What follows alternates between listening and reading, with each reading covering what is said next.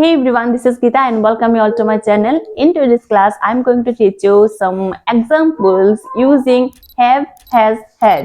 আজকে ক্লাসে আমি তোমাদেরকে have, has, had দিয়ে তৈরি এমন কিছু সেন্টেন্স তোমাদেরকে শেখাবো। সবচেয়ে প্রথমে যে সেন্টেন্স সেটা হচ্ছে আমি নিয়েছি। আমি নিয়েছি, I have taken. I have taken. এটাকে আরো সুন্দর এবং অল্প সময়ে বলতে পারো I have taken. I have taken. ওকে, এবার যদি বলতে চাও যে আমি কি নিয়েছি, have I taken, have I taken, আমি কি নিয়েছি, হ্যাভ আই টেকেন।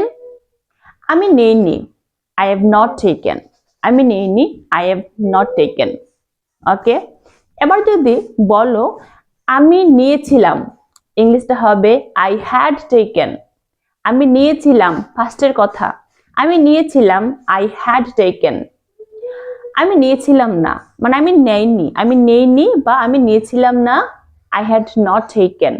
এটাকে আরো সংক্ষেপে বলতে পারো I had not taken, I had not taken. আমি কি নিয়েছিলাম, had I taken, had I taken. আমি কি নিয়েছিলাম, হ্যাড আই টেকেন। সে নিয়েছে, হি হ্যাজ টেকেন, সে নেয়নি, হি হ্যাজ নট টেকেন। সে কি নিয়েছে, হ্যাজ এ টেকেন।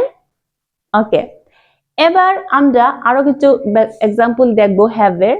যেমন আমি অবশ্যই নিয়ে থাকবো, ইংলিশটা হবে আই মাস্ট হ্যাভ টেকেন। আমি অবশ্যই নিয়ে থাকবো, আই মাস্ট হ্যাভ টেকেন।